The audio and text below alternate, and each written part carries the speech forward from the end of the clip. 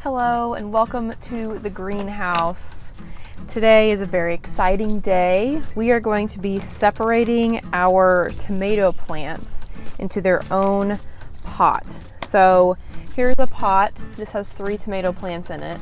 I'm going to show you how I separate these into their own little pot so they can keep growing. It's super easy. The way I do it is I take another pot and I write a marker so I know what it is. And I have a container here that I'm gonna dump my dirt in from each container. I like to save the dirt because I don't want to lose any of it, obviously. So basically I'm just gonna take the container and kind of squeeze the bottom a little bit, get it out. So here's the whole plant, or the whole pod, and I'm just gonna gently kind of separate the plants, and you're gonna lose some dirt, which is fine, but you just want to kind of gently separate them out. So here's one, and I'm just gonna sit them down in this container for now, and then as I pot them, they'll already be separated. Now these two are super close together, so I'm gonna try to very gently just kind of pull them by the base here and see if I can separate them.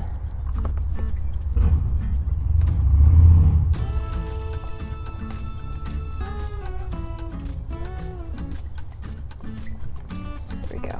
So now we have 3 brandywine black plants, and I'm gonna take the dirt that was in here originally and put it back in here as much as I can. Now obviously I'm gonna have to probably go get some dirt and fill this back up because I'm not gonna be able to get all this back in here.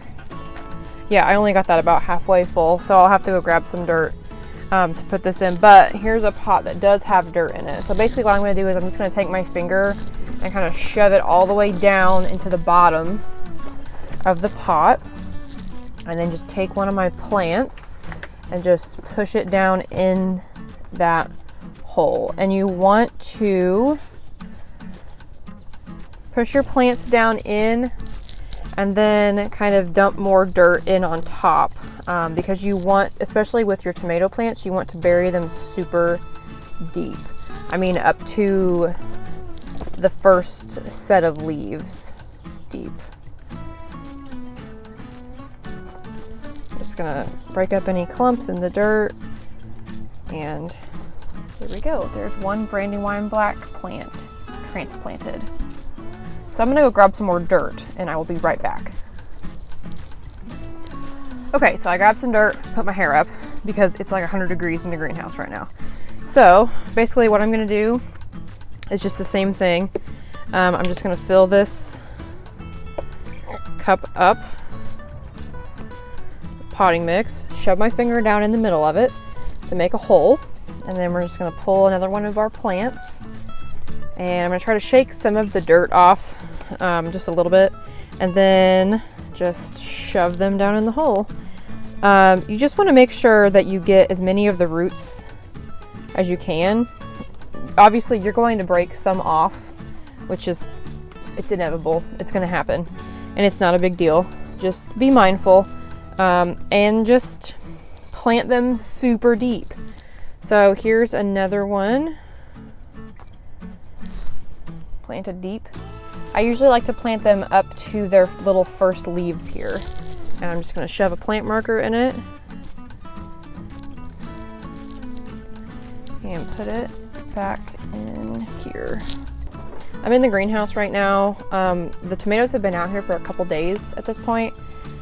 I brought them out, I want to say Saturday morning. They were out for a few hours Friday, and then I brought them out Saturday morning, and they have been out here since like 11 o'clock Saturday morning. It was super overcast Saturday, which was good.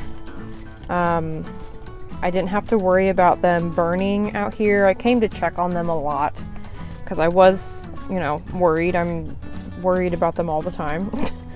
So I brought out a heat mat yesterday afternoon, and I was a little bit concerned about them because it got down to like 40 last night, and so I was worried that they were going to get too cold, but I don't think they did. I think they did fine. So I can fit 3 trays on these shelves. So I'm just going to layer or line the 2 heat mats up as much as I can. And so hopefully everything will survive. So these are some more Brandywine Blacks. Now I am having a little bit of trouble with my tomatoes. I think they just need some fertilizer. They're a little bit purple underneath, like under the leaves is a little bit purple. So I'm hoping that once I get them all separated, probably I'm gonna give them some water tonight after I separate them all.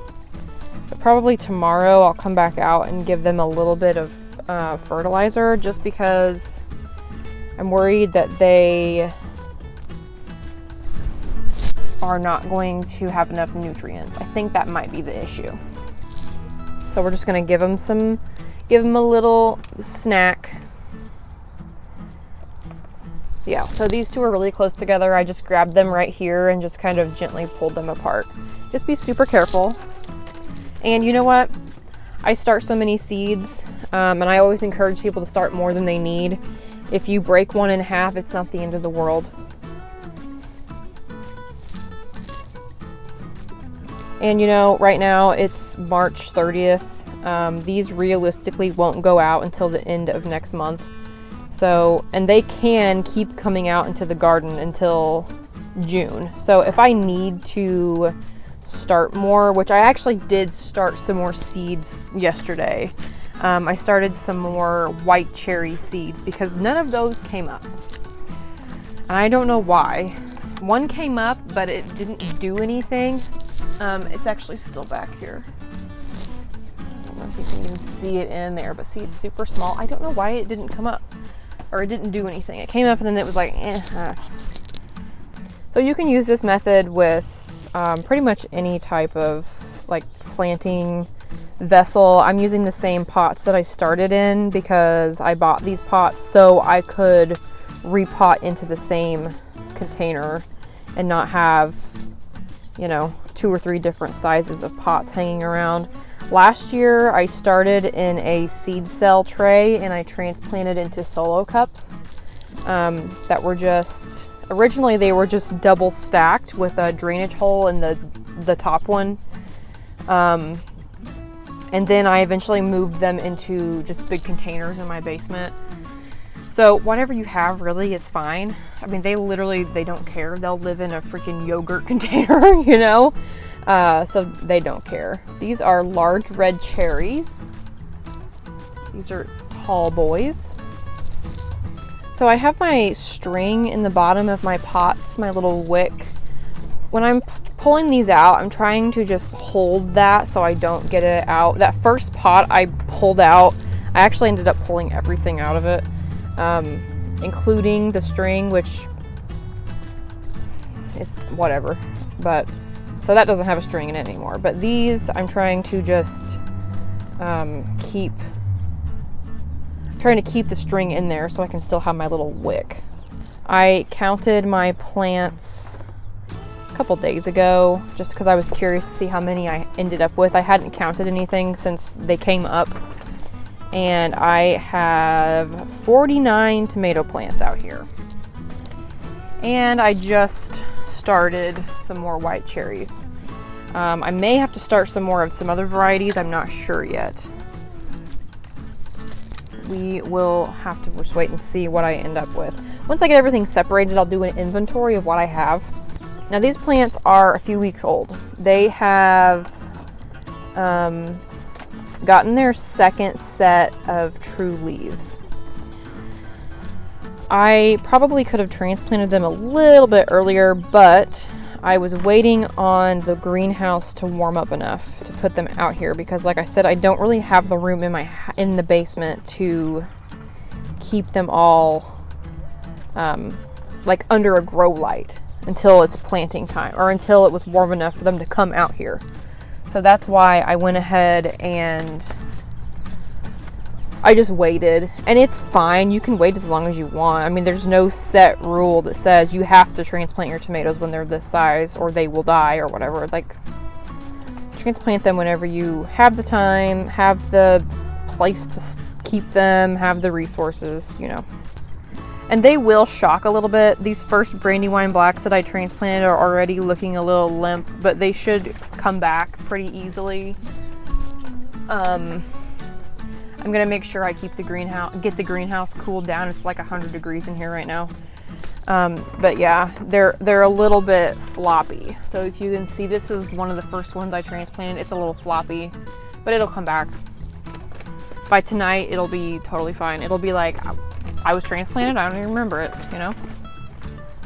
So these are some Kellogg's breakfast, and as you can see, this one is laying over because they're kind of leggy. Tomatoes will root themselves up the stem. So if you plant them deep, you'll just get more roots. And that's what you want.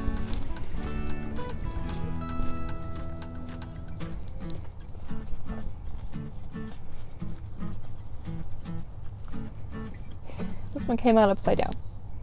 It's okay. This one took like all the dirt with it.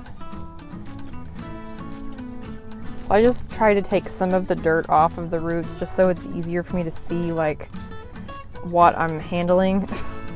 And then I just kind of push a hole in my pot and then push the plant down in there and then stack some more dirt up around it. These tomato plants I'm super excited for, these Kellogg's breakfast.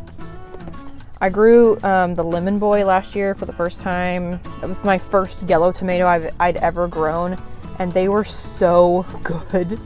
I loved them so much. So I'm super stoked to have a yellow tomato again in the garden. And these are supposed to be like these huge slicers, and I am so ready. I'm so ready for a tomato sandwich. I'm so ready to be able to just come outside and just like make a salad out of the garden with everything that I've grown. So I'm just gonna, you know, plant some tomatoes.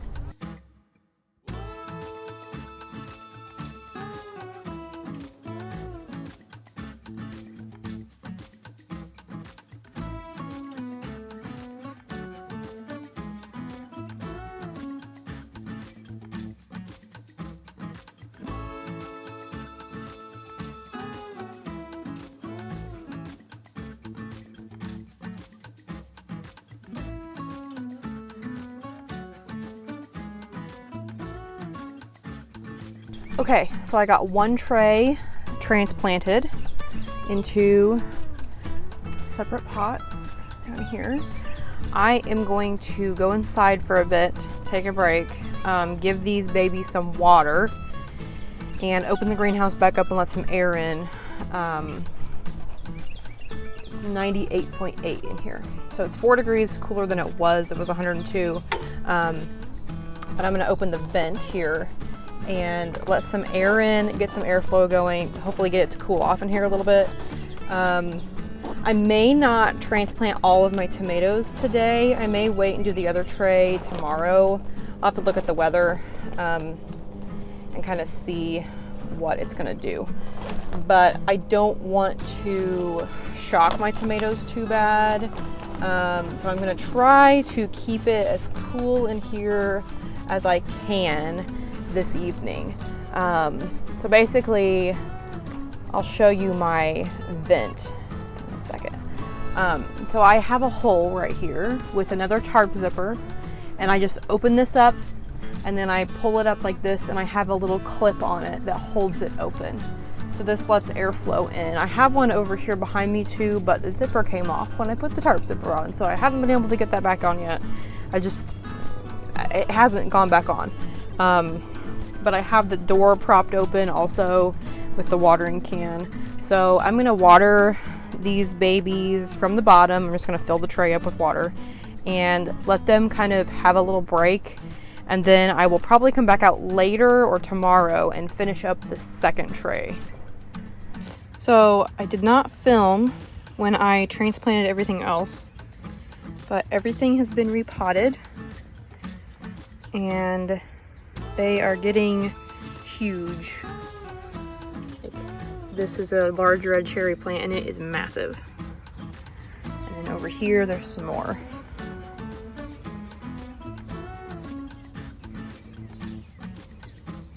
So I forgot to film an outro for this video.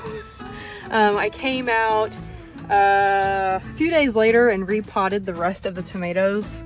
And they're all doing great. I did lose one. I lost one Brandywine Black, but that's it. So all the tomatoes are repotted. I have 48 total tomato plants, and Katie and I actually exchanged plants yesterday from a distance.